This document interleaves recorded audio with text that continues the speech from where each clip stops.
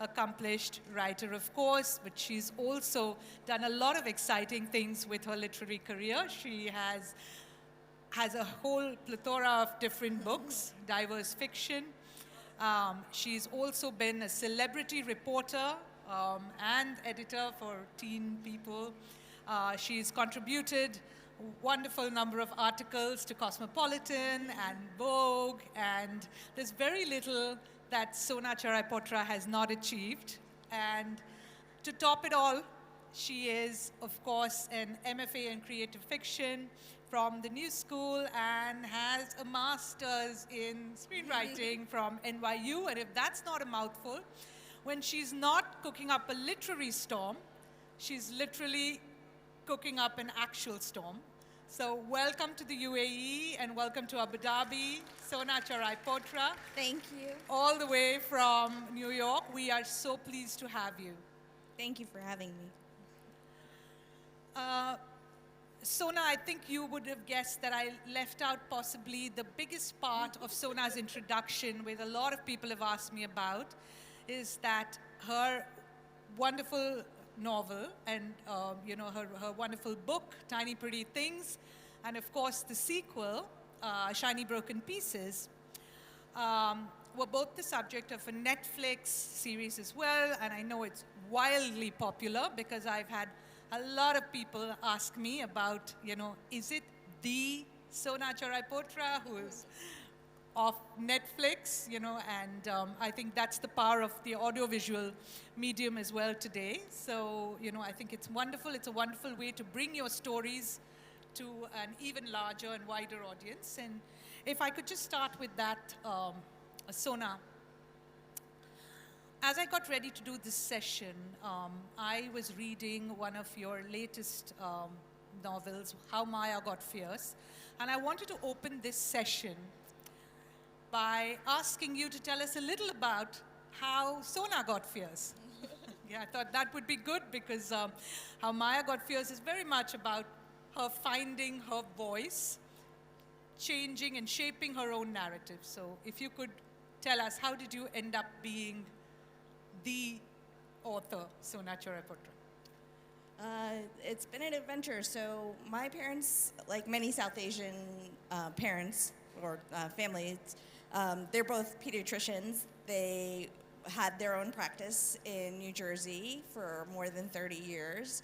I'm the oldest of three, so obviously when I was growing up, the expectation was that I too would become a doctor and be there to take over their practice because that's what good Indian girls do. So unfortunately, I don't like needles or blood, and I didn't really ever have an interest in becoming a doctor. And so I was always a big reader, and I wanted to read books, and I loved movies, and I wanted to write about movies and things like that. And so I was very into magazines because back then magazines were actually a big thing when I was growing up. And we lived right near New York City, so I knew that was the magazine capital of the world, media capital of the world. So when I got to college, I was going to be an English major because I figured I'd read a lot. And my dad, the doctor, was like, what are you going to do with an English major? So I was like, I don't really know. So then I chose journalism because there's a job in the title. And when I was studying journalism, I ended up doing an internship at People magazine, and got a job at People magazine the day I graduated. I worked there for about 7 years. And I know one of your questions was about celebrity moments. So one of the things I got to do when I was about 24 years old, I covered Beyonce's birthday party. I was doing the Video Music Awards, and that was really, really exciting, especially being that young and doing things like that. That was really cool. But then when I was writing the story the next Tuesday, because the magazine closed on Tuesdays, September 11th happened that same week.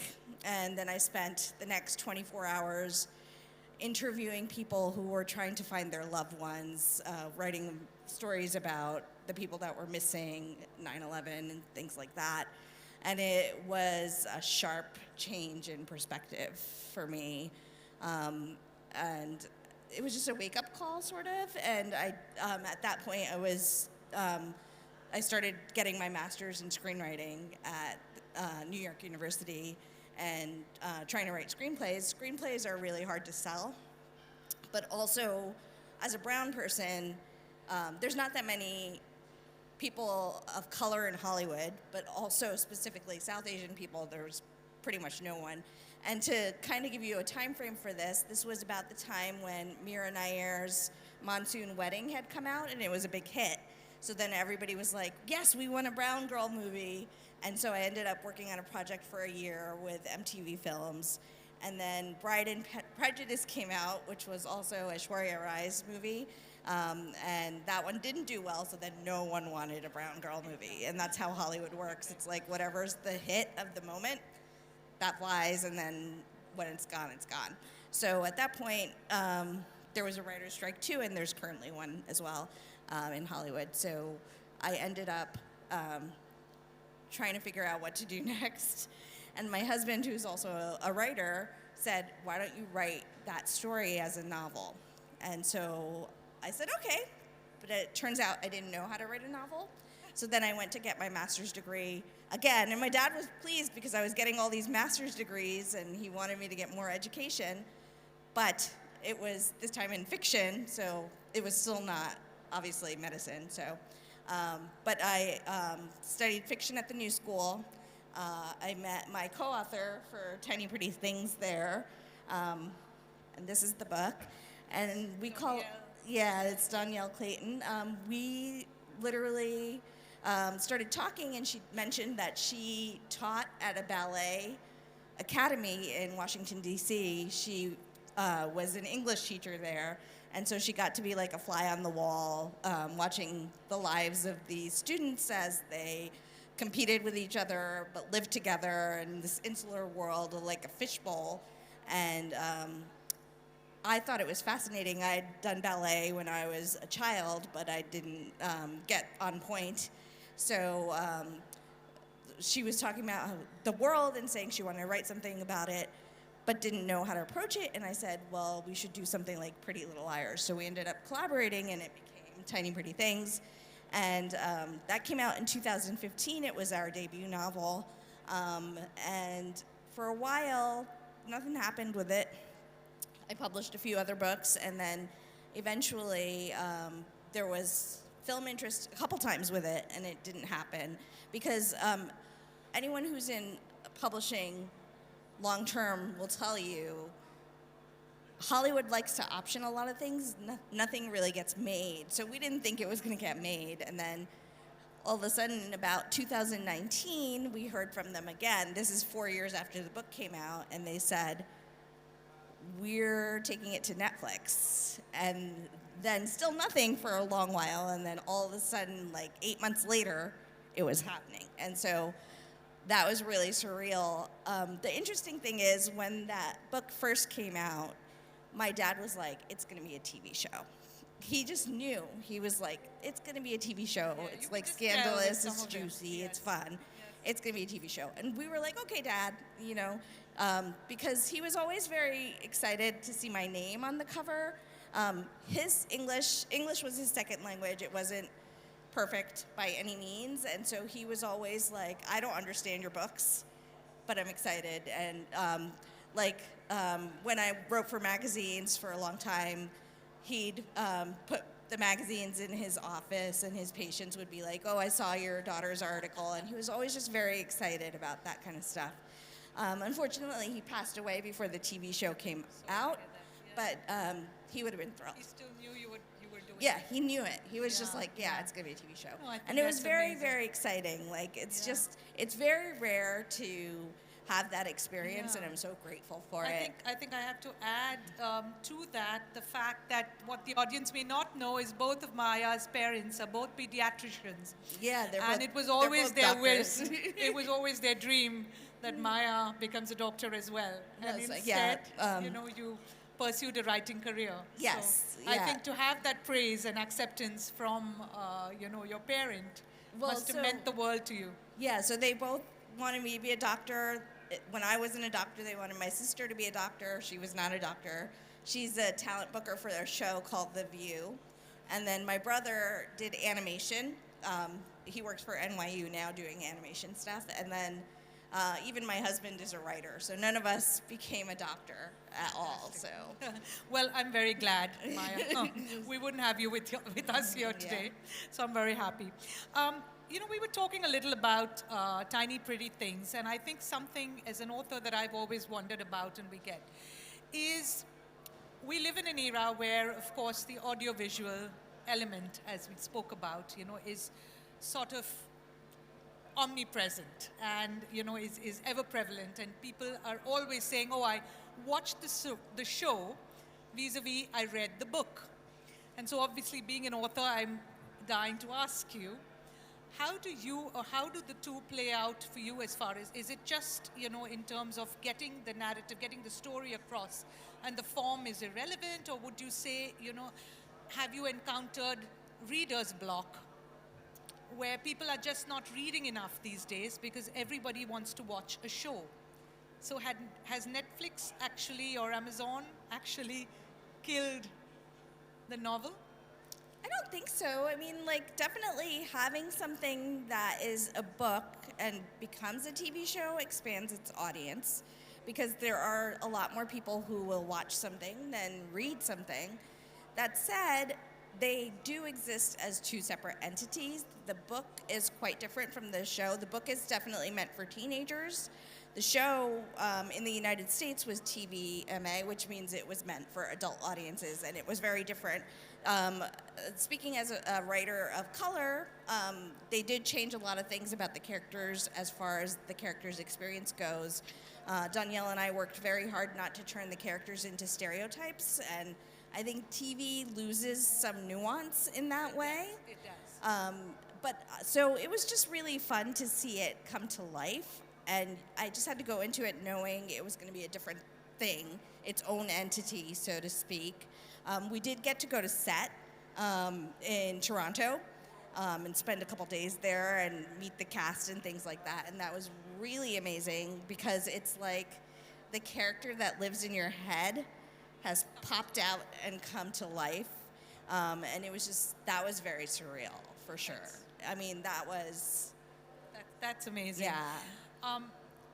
Sona, another thing that keeps coming up is, in addition to writing, of course, Tiny Pretty Things had a lot of the dramatic element. It had all of the meanness in that sense, and, the competitive spirit. And I just think that, for teenagers today as well, if you had to think of that, and we have a lot of young adults. Of course, I keep telling Sona that most of the young adult fiction, I think the messages are true for all of us. It's not just restricted to, young adults. But what is that one, we live again in an era where you find that social media has started, and has absolutely defined all of these, unreal, beautiful body imagery and, standards for perfection, which young people are supposed to aspire to.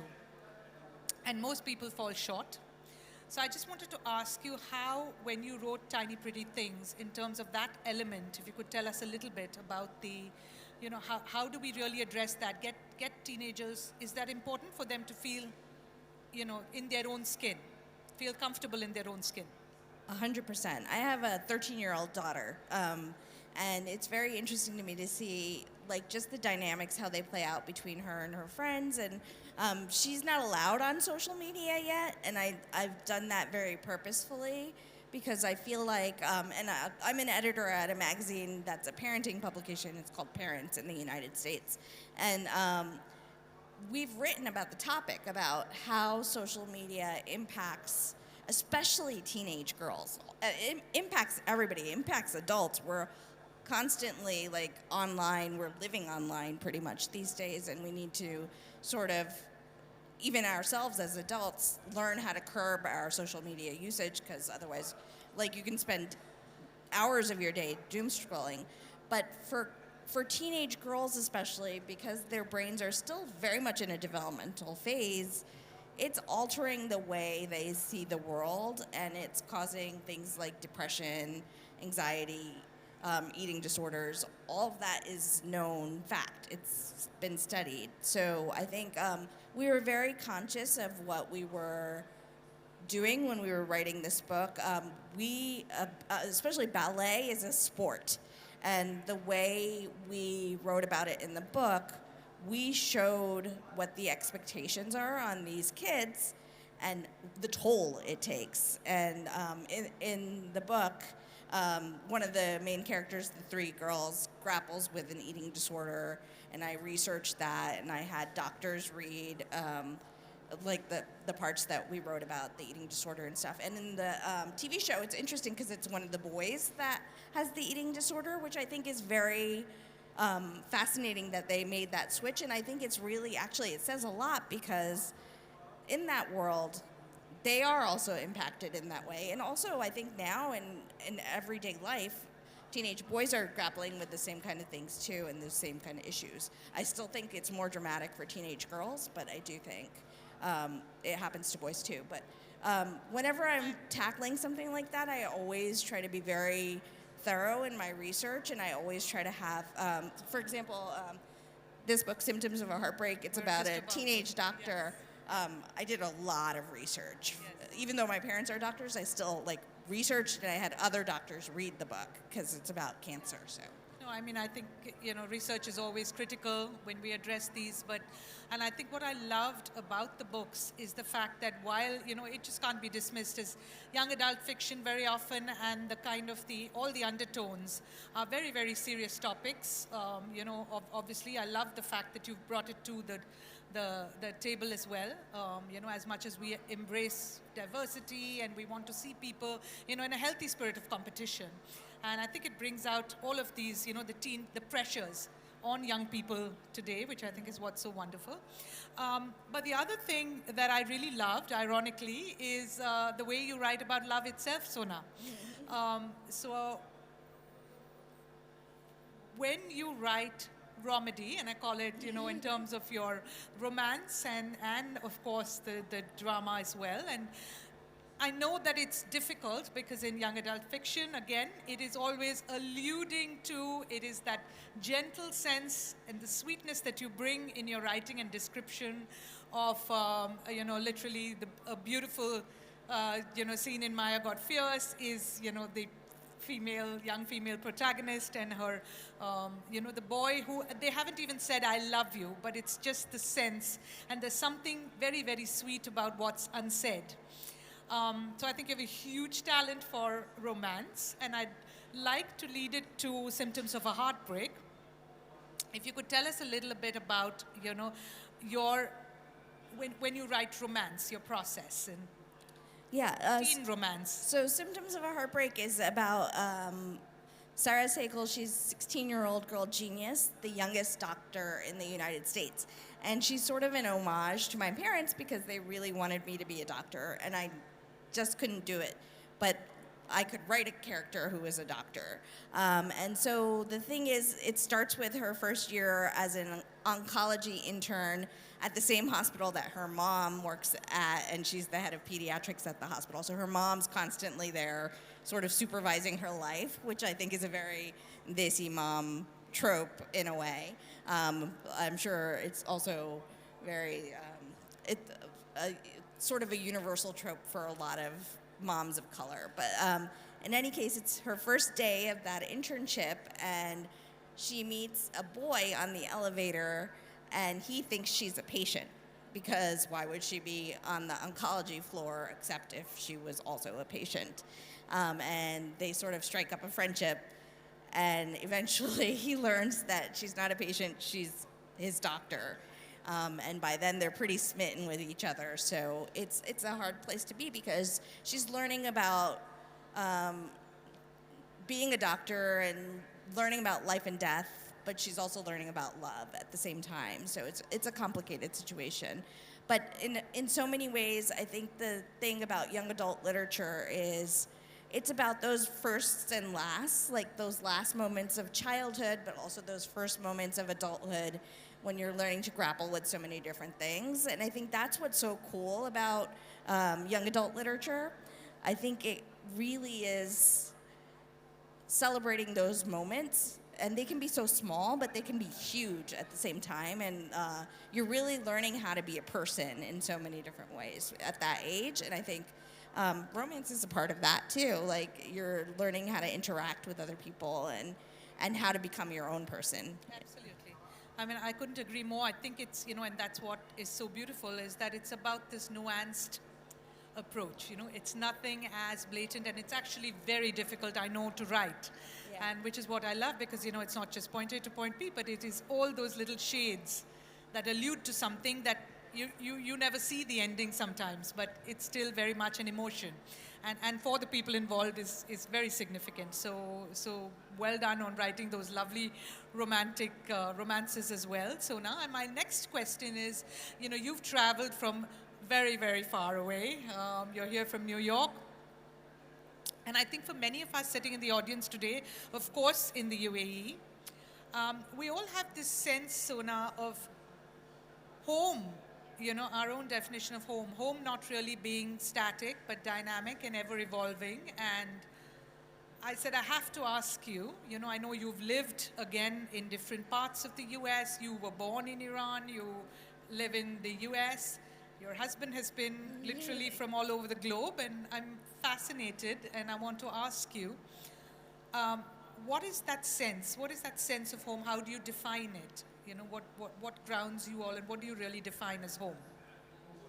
It's a really hard question. I mean, I think for a lot of us, especially, there's a lot of people in this community that are expats, and so I'm sure that's something that people are grappling with all the time. And as you mentioned, my husband, he's of South Asian descent, but he was born in England, lived in Nigeria and Tanzania, and then lived here in Dubai for 7 years, and then ended up in California. So he's very much a third culture kid, and I think many of us are in that way. I was born in Iran, and I don't really remember it because my family left when the Shah fell, and so what I know of it is just from the stories that I'm told. And in so many ways, I feel like home is, it's just your family, the culture, and the storytelling. Because what I know of Iran, what I know of India, is from, Stories. I mean, like, I've been to India. I've never been to Iran. But the stories that my parents carried with them and then shared with me and my sister and my brother, and the stories that now my husband and I carry with us from all these different places and share with our children who were born and raised in Jersey City, New Jersey right now. They haven't had the opportunity to travel that much, but they know those stories. They know the stories that my dad would tell, and they know the stories that my father-in-law would tell. He talks about, like, when he was working in Dubai, my father-in-law, he was part of building Jumeirah Beach Park, so he always talks about that, and like the stone sculptures and stuff and things like that, and how my mother-in-law likes to tell us how they imported palm trees from California, I think it was. She's like, he spent millions of dollars on palm trees. So like coming here, I was very excited because it almost felt like home in that way because I've heard those stories. And it's just, so I think that's what we're doing when we're writing our books too. We're sharing that sense of home and storytelling with everybody. I so agree, Sona. I think in so many ways, for all of us, home is an emotion. Yeah, I think so. And, it's that very emotion when you have your family telling you something, even something that you've maybe yourself never experienced. Yeah. It just brings it to life. And I think that holds true for most of us, is that's what makes it special. And that's what makes you feel that even though you're here for the first time, you actually feel like you're coming home maybe. Yeah, it's been lovely. Thank you for having me. Oh, that's wonderful. As you can see, I'm a self-confessed UAE fan and a local author, so that's wonderful. Which brings me actually, to another very interesting question, which is, I noticed there's a very, very acute characterization, of course, in all of your novels. I mean, Maya is that teenage girl just round the corner. I know, I've seen Ranbir, the way you describe these characters, their personalities, their drive, their attitude to life, and, their ambitions. And I can't help but ask you, how much of fact inspires your fiction, Sona? That's a really good question. So for Tiny Pretty Things, it's set at a ballet conservatory. One of the characters is Korean, one is black, one is white. So on the surface, there's nothing of me in those characters, but yet when you're creating a character, you're drawing so much from your own experience and also everyone who lives around you. There's a moment in the book version of this, and I don't remember if it's in the TV show, but where the character of June, who is the Korean American character, her mom is sort of very worried about her being at the dance school, worried about her food issues, worried about her behavior, wants her to go to college and focus on other things besides dance. And so to characterize that early on, there's a moment where she's in the hallway of the dorm and her mom calls on the payphone landline, which is in the hallway at the dorm, instead of on her cell phone. And that moment comes from my dad calling me at college. He would always call us on the landline because he wanted to know we were in the room. And if you have your cell phone, you can be anywhere. But he wanted to make sure we were in the dorm. So it's that feeling of this is the dynamic between the parent and child. And while the character is completely different than my own experience in so many ways, that moment is very true to my own experience. And that in that moment, my dad is there on the page. And I feel like, especially in Symptoms of a Heartbreak, that book, because it's about a family that's Punjabi in New Jersey, and she's a doctor and her mom is a doctor, a lot of the dynamics there are drawn from my own experience. And my mom, who is now in her 70s, says that that's the first time she saw her own experience reflected in any media. Like, she feels like that was home for her in a lot of ways. It's amazing. Yeah. That's amazing, and it's so interesting that you could get that perspective from them as well, So I think the other thing that I'd like to, a common thread that I see through all of your writing, and I think what obviously your readers will see as well, is that you are always, and I know you've been a big champion, and for the need to have diverse voices in literature.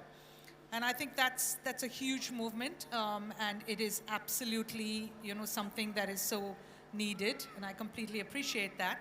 And I wanted to ask you, in almost all of the novels, you make the reference to the character or the protagonist writing themselves into the narrative. And I really love that. I took that away with me because I was just thinking, and I know we have a lot of young people in the audience today, how important is it, again, in terms of, and how do you view that in terms of diversity in literature and also young people today, writing themselves in? I think is really, really critical. So when I was growing up in the United States, I never saw myself in books, in film. I loved to read. I was very into Anne of Green Gables and Little Women and all these different books that I was devouring, Babysitter's Club in the United States. And I didn't realize for a really long time that I didn't see myself because I was just hanging out with those characters and living in the world. And then when I was in college, I found the first book I saw. It was called Bombay Talkie. It's by an author named Amina Mir. And it was her first and only book she ever published. But she had come to my university, Rutgers, and signed copies of the books. And first time I realized that I could be a writer, for one thing. But it's also the first time I saw a character that was like me, who was wearing like sneakers and salwar kameez and spoke Hindi and English and lived in the United States, but was very, very South Asian. and so for me, that was college before I saw myself represented. And as I mentioned with my mom, she says it took her until Symptoms came out, which was 2019, to see herself reflected. My kids are now 13 and 9, and when they were little, what I realized is there was still nothing for them. And I think there's things like We Need Diverse Books, which is an organization in the United States that works on bringing more diversity to media. Those are the things that finally started to change the way it works. And now my daughter does see herself reflected in the pages of a lot of different books. Like right now, their current favorite, both my 9-year-old and 13-year-old are obsessed with the Arusha series, which is Roshni Chokshi. And it's like the Pandavas, but it's modern fantasy, and she comes from Atlanta, Georgia, and it's a girl, and she's funny, and she's 12 and snarky and entertaining. And there's so many more books now, I feel like finally they're getting to see themselves. But for a long time, we didn't. And I think So true. it's finally starting to change, and it's starting to change on screen as well. And that took a really long time. In the Yeah. United States, like still 80% of the people who work in publishing are wealthy white folks. It doesn't reflect the diversity of the country. I think a place like this, I'm seeing a lot more diversity here than I see there for sure. In the representation of cultures and languages and things like that, I think it's amazing. But there's still a lot of work to be done. Very important themes, Sona, and I'm so glad that you are bringing it to the forefront, because as authors ourselves, we know. I mean, I'm the mother to a teenager as well. It is so important to start shaping that narrative right from when obviously you are talking. We have young adults is a great place to start, if not sooner. But in so many ways, I think the way we learn these is what makes us tomorrow. Not just even write ourselves in, but shape the narrative. And I think that's what we're seeing a lot of young people do nowadays, and it's great. So, thank you for being a champion of that. I think I'm now coming to, as before we throw it open to the audience for questions, which I'm sure they have. But I wanted to ask you about, I read a very interesting thing that says, Sona Charaipotra's writing almost makes you hungry.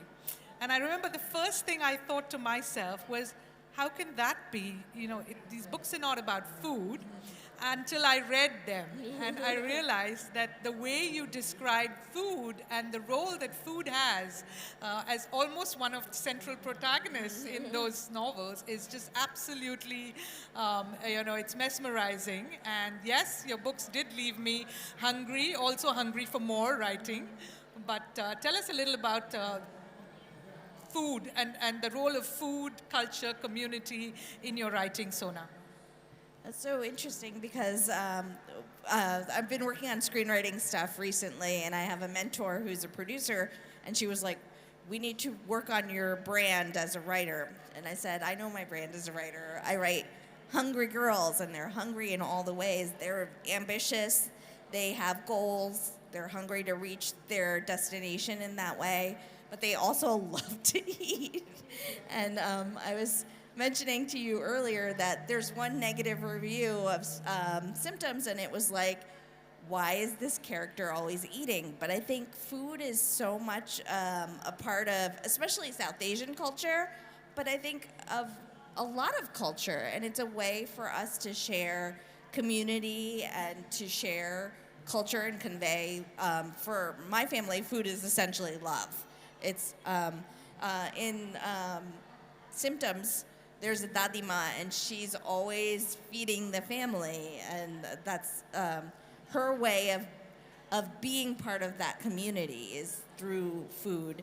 But even in Tiny Pretty Things, food is a fraught issue in that book, and I have another book called The Rumor Game where it's also a fraught issue because food can also be a means of control for a lot of people.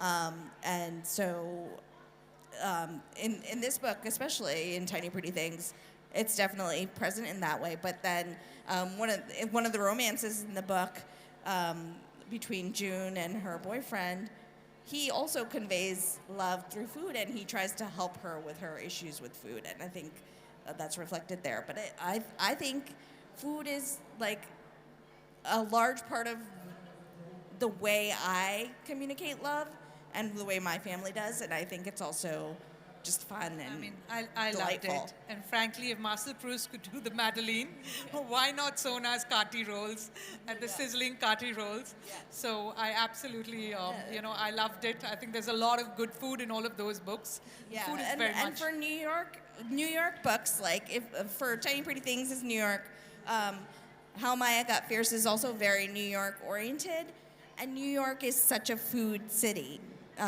It just really is, and I think you couldn't go there and not enjoy No, all the absolutely. things that it has to It's offer. just another extension of that diversity that we were talking about as well, and embracing different cultures.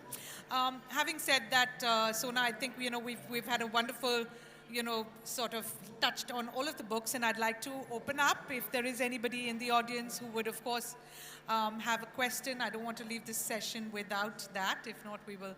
I think I have. Can someone get a mic over to the gentleman in the white shirt there quickly as we come. Just a few questions from the audience. And, Hi. please tell us who you Hi are, sir. Sona, hi Divyata, welcome to Abu Dhabi. I just happened to walk in at the session and there was very little publicity for it. I checked several times, online and there was no publicity. I also checked your Twitter account while here, even you had not tweeted about it. So people who follow you, even they may not be aware that you are at this event. So maybe next time you can keep this in mind. Yeah, I'm sorry. I've been having trouble with my social media from the phone, but yes, I will keep that in mind for next time for sure. I don't have a question as such. I would ask you for 3 reading recommendations and any recommendations, but preferably from Indian authors or authors of Indian origin, or if not them, then anybody, but 3 recommendations. Thank you. Recommendations, book recommendations. Yeah, I mean, well, first I will recommend my. I always do this, and my husband hates when I do it, but he just released his first book last year. It's called Sunny G's Series of Rash Decisions. His name is Navdeep Singh Dhillon. He is of South Asian descent, but as I mentioned, he grew up all over the place, and that's a book about a kid who is graduating high school and sort of doesn't know what to do with himself. And it's again about like I mentioned with YA, so much of it is about first and last. So that's about grappling with what you're going to do when it seems like everyone around you is moving on with their lives. And it's also about grief. He's lost his brother, and he's sort of trying to figure himself out. If you want other South Asian authors, as I mentioned, Roshni Chokshi, my kids are obsessed with her books. If anyone's familiar with Percy Jackson and the Olympians by Rick Riordan, that is from an imprint. Roshni's series, Arusha series, is from an imprint that Rick Riordan started. So it's like a Desi Percy Jackson series. There's 5 books in it, and it's amazing. It's just very, very fun.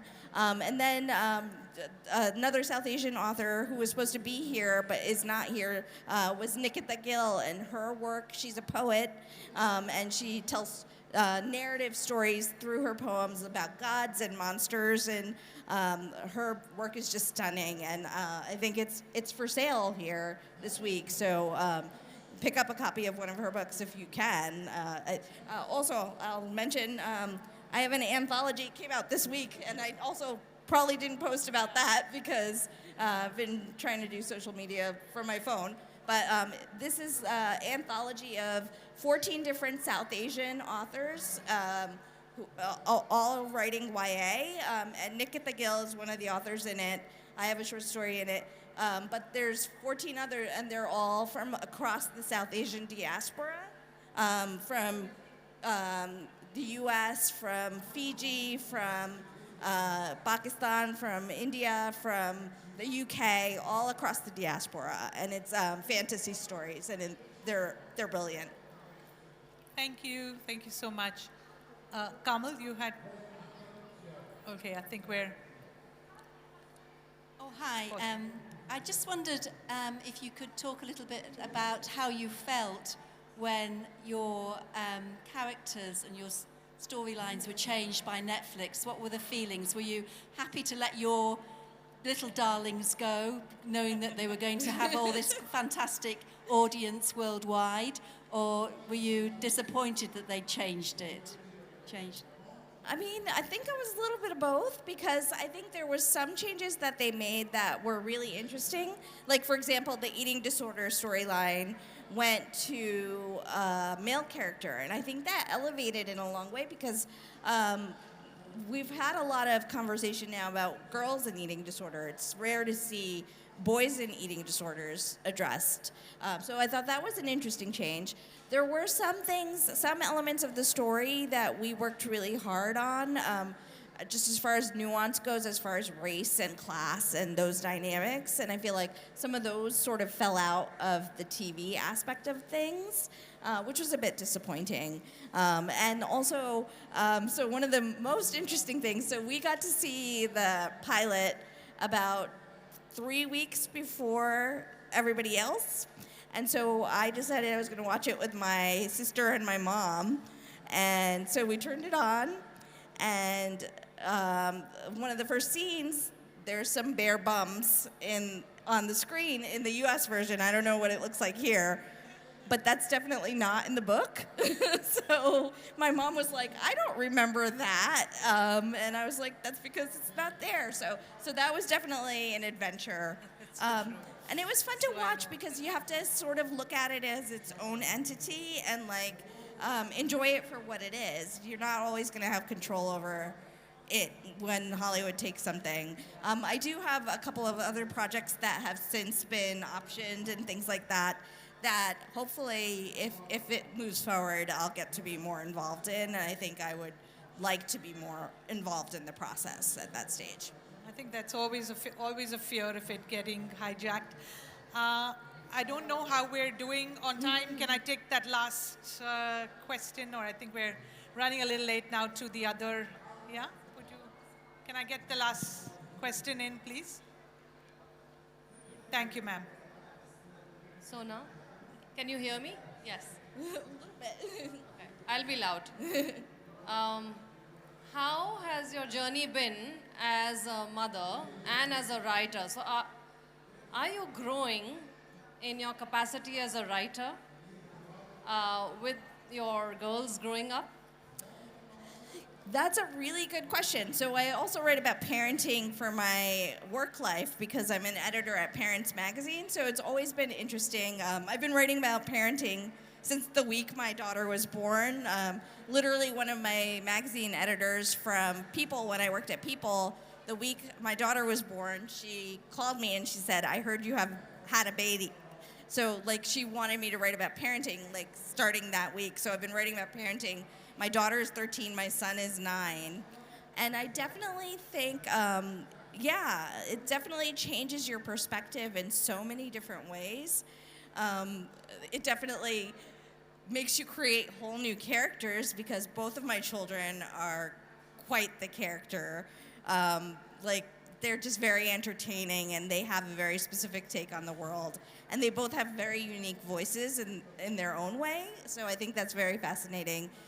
They also try to tell me what to write quite frequently, and I think they both will write at some point themselves, because my husband's also a writer. We're a very bookish family overall, but I do have an adult project I'm working on now, and the character, I'm really excited about that project. It's going to involve food heavily, but it's also about a story about a mother, and she's sort of finds herself at 37 starting from scratch because her husband leaves and she moves back in with her parents. So I'm going to explore mother-daughter themes in it.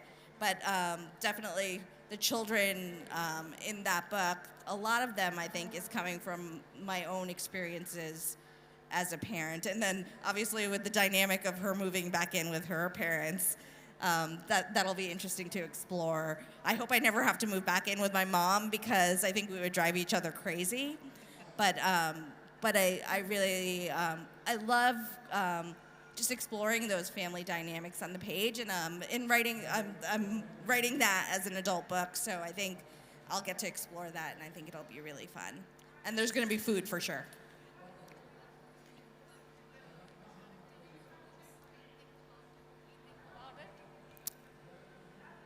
Yeah, I think I got the question. Did I ever reimagine?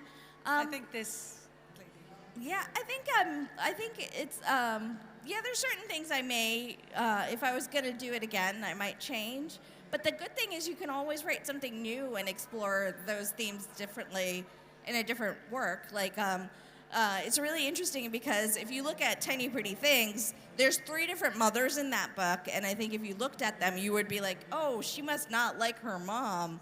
And I love my mom. She's one of my favorite people, and she definitely can be overbearing in a lot of ways. She's pretty close to the mom in Symptoms of Her Heartbreak, in that mom's a doctor, that mom is in charge, that mom has big expectations, and she's running the show. And I feel like my mom was always that person. But also there's a softness to that mom, and I think that's reflective of my mom as well. And in Maya, the mom is definitely very soft. She's very different than my mom. She's soft, yeah. But she's definitely a mom that I've known in a different way. Yeah. No, that's true. I think we're absolutely being signaled that we're out of time, but I'm going to allow just one more question? last question from you, ma'am. Thank you. Securing a traditional publishing deal is daunting.